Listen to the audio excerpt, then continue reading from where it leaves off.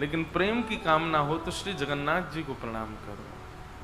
श्री जगन्नाथ जी प्रेम प्रदायक ठाकुर जी हैं। बताओ 15 दिन क्या ठाकुर जी बीमार हो जाते हैं? क्यों होते हैं बीमार? बहुत सारी भावनाएं हैं। माधवदास नाम के भक्त थे, उनको एक रोग हो गया था। उनके रोग को ठाकुर जी ने अपने ऊपर ले लिया। श्री माधवदास जी इतने बीमार हो गए कि वो उठ भी नहीं पा रहे थे। तो श्री जगन्नाथ महाप्रभु उनके मल मूत्र से सने हुए वस्त्रों को धोने के लिए कोई सेवक तो था नहीं उनके पास। तो जगन्नाथ जी को इतनी दया आई कि जगन्नाथ जी स्वयं आ गए वहां पर और उनके कक्ष में आकर के उनके वस्त्रों को धोने लगे। उनके अंग पर जो मलमूत्र आदि लग गया था, क्योंकि उठ तो पा नहीं रहे थे, उसको जगन्नाथ जी अपने हाथों से साफ करने लगे। माधवदास जी ने जब ये दृश्य देखा, स्वयं जगन्नाथ जी उनके घर पर आए हैं उनकी सेवा करने, माधवदास जी बहुत रोए। बोले नाथ, इसके लिए तो मैंने कभी भजन नहीं किया था कि आपकी स्थिति ऐसी कर दूं मैं। आप मेरे मलमूत्र से सने हुए वस्त्रों को धो रहे हैं, मेरे तन का स्पर्श कर रहे हैं, मुझे बहुत पीड़ा हो रही है नाथ।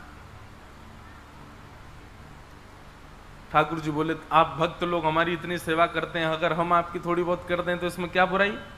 और आपकी इतनी दूषित स्थिति हो गई है, और ये तो बाहर का मल है माधवदास, तुम तो हृदय से परम पवित्र हो। मुझे बाहर की शुद्धता आकर्षित नहीं करती है, मैं तो हृदय की पवित्रता से आकर्षित होता हूं। बाहर से मलमूत्र से सने हो तो क्या हुआ, हृदय से तो परम पवित्र होना। माधवदास जी ने ठाकुर जी का हाथ पकड़ लिया, बोले आप सर्व समर्थवान हो, ये सब नाटक क्यों कर रहे हो? मेरे वस्त्र धो रहे हो, मेरे हाथ पांव साफ कर रहे हो, आप चाहो तो चुटकी बजा दो मैं ठीक हो जाऊंगा। भगवान अगर दृष्टि से देख लें और वो व्यक्ति तब भी रोग में रहे तो ये कैसे भगवान? आप तो मेरे ऊपर दृष्टि डाल दीजिए ना, मेरे रोग को दूर कर दीजिए। रोग दूर हो जाएगा तो आपको मेरी सेवा नहीं करनी पड़ेगी, मैं भी प्रसन्न हो जाऊंगा। महाप्रभु जगन्नाथ जी कहते हैं ये तुम्हारे कर्मों का फल है, चाहे इस जन्म के चाहे पूर्व जन्म के। और यदि जीवन में किए गए या पूर्व जन्म में किए गए कर्मों का फल संसार में यदि नहीं भोगा गया, अभी तुम मान लो कि तुमने मुझसे प्रार्थना की और मैंने तुम्हारे कर्म फल को यदि काट दिया, तुम्हारे प्रारब्धों को यदि नष्ट कर दिया ना माधवदास, तो जो वो शेष रह जाएगा ना जो तुमको भोगना है, उसको भोगने के लिए तुमको पुनर्जन्म लेना पड़ेगा। हम लोग जन्म क्यों लेते हैं? कई लोग जन्म लेते हैं कर्मों का बर्डन और बढ़ाने के लिए, और कई लोग जन्म लेते हैं अपने पूर्व जन्म के भी कर्मों के भोगों को भोग करके निवृत्त होने के लिए। वैसे तो वास्तव में जन्म हमारा निवृत्ति के लिए हुआ है, भोगने के लिए हुआ है, पूर्व के प्रारब्धों को भोगने के लिए, पूर्व के किए कर्मों को जीवन में सहने के लिए। लेकिन हम इतने क्या बताएं कौन हैं हम? यहां आए हैं पूर्व का सब लेखा जोखा समाप्त करने के लिए, पर उसको तो समाप्त करते हैं और ज्यादा बढ़ा लेते हैं। कर्जा खत्म तो करते नहीं, और ज्यादा दुगना सिर पर चढ़ा लेते हैं, और फिर इसी चक्कर में हम भटकते रहते हैं। पुनरपि जननम पुनरपि मरणम पुनरपि जननी जठरे शयनम। वास्तव में आध्यात्मिक होना, भक्ति पथ का पथिक होना, उसके लिए एक ही सूत्र है कि यह समझ जाओ कि आप जीवन में जो कुछ भी अनुभव कर रहे हैं, जो कुछ भी फेस कर रहे हैं, जो कुछ भी अपने जीवन में आप जिस स्थिति से लड़ रहे हैं, जूझ रहे हैं, ये सब आपके प्रारब्ध हैं। उन प्रारब्धों को भोगो, प्रारब्धों से लड़ो, दूसरा कुछ निर्माण मत करो। पर नहीं, हम लोग संसार में रहते रहते और बहुत कुछ निर्माण कर लेते हैं, बहुत सारे अपने विषय भोग और बहुत सारी कामनाओं से और ज्यादा कर्म फलों को इकट्ठा कर लेते हैं। पर याद रहे, जब तक ये प्रारब्ध नष्ट नहीं होगा ना, तब तक ठाकुर जी मिल नहीं सकते।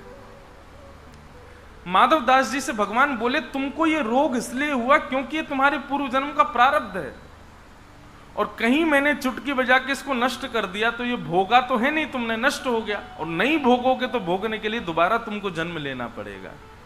इसलिए माधवदास 15 दिन का रोग और बचा, इसको भोग लो। माधवदास बोले लेकिन शर्त है। बोले क्या? मुझे भोग भोगने में कोई दिक्कत नहीं, मुझे कष्ट सहने में कोई दिक्कत, आप नहीं आओगे मेरे पास, ये सेवा एवा आप नहीं करोगे मेरी। जगन्नाथ जी बोले मैं तो करूंगा। अब जगन्नाथ जी में जिद लगी है, मैं सेवा करूंगा। माधवदास कह रहे हैं कि मैं आपको करने नहीं दूंगा, 15 दिन का अभी प्रारब्ध बचा है।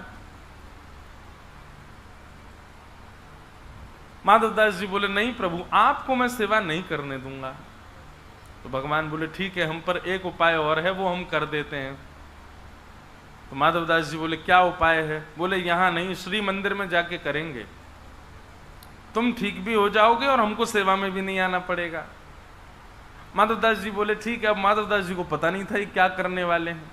ठाकुर जी श्री मंदिर में गए और माधवदास का जो 15 दिन का अभी प्रारब्ध बचा था उसको अपने ऊपर ले लिया, और अपने ऊपर लेकर के स्वयं ठाकुर जी बीमार हो गए, उष्ण हो गए। बताओ, ठाकुर जी बीमार पड़ गए, तुम ताली बजा रहे हो। संसार में कोई बीमार पड़ता आप ताली बजाते हो? वाह, तुम आईसीयू में चले गए, ओहो तुमको ग्लूकोज चढ़ रही है, ऐसे कौन करता है भाई? ताली क्यों बजाई आपने? माधवदास जी का पीड़ा ठाकुर जी ने अपने ऊपर ले ली। अब यहां माधवदास जी स्वस्थ हो गए, स्वस्थ होकर के स्नान ध्यान करके तिलक चंदन लगा करके बढ़िया इत्र लगा करके माधवदास जी बोले अब बढ़िया हो गया, अब चलूं महाप्रभु के दर्शन को। और जैसे ही श्री मंदिर में गए, मुख्य द्वार बंद है, पुजारी सब बाहर बैठे रुदन कर रहे हैं, भीतर केवल गिने चुने लोग हैं। माधवदास जी ने पूछा क्या हुआ? बोले महाप्रभु जगन्नाथ जी को बुखार आ गया है। माधवदास जी बहुत रोए। तो ठाकुर जी आपने ऐसा क्यों किया? कि प्रबल प्रेम के पाले पड़कर हरि को नियम बदलते देखा, अपना मान टले टल जाए पर भक्त का मान न टलते देखा। ठाकुर जी ने सृष्टि के सारे नियम बदल दिए। जिन भगवान को कोई रोग नहीं हो सकता, वो माधवदास का रोग स्वयं भोग रहे हैं। हमारे ब्रज के रसिक जन कहते हैं आज भी जगन्नाथ जी बीमार पड़ते हैं, निश्चित ही इतने लाखों करोड़ों लोग दर्शन करने जाते हैं, किसी ना किसी रोग, किसी ना किसी के रोग को आज भी महाप्रभु जी अपने ऊपर ले लेते हैं। आज भी 15 दिन के लिए ठाकुर जी बीमार पड़ते हैं। है ऐसा प्रेमी कोई?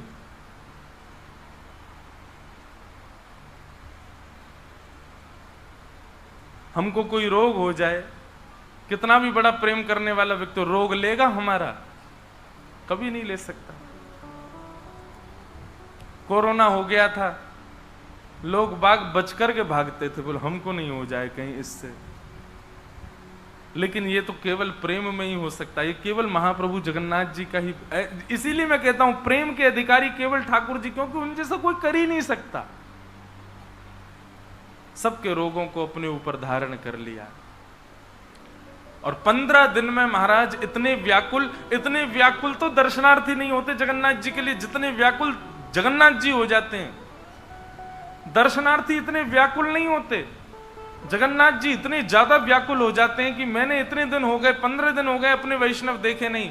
बोले अब क्या करें? बोले रथ निकालो, रथ में बैठ के सब वैष्णवों से मिलने जाऊंगा, सबको देखने जाऊंगा, सबके आगे जाऊंगा। और महाराज उछलते उछलते आते हैं। अहे नीला शैला प्रबल मतावरण, प्रबल मतावरण, मुआर तनलनी बनकु कर दलन। अहे नील शैला, हे नीलाचल पर्वत के मतवाले हाथी जगन्नाथ, मेरे हृदय के आर्त रूपी कमलों का दलन करने के लिए आप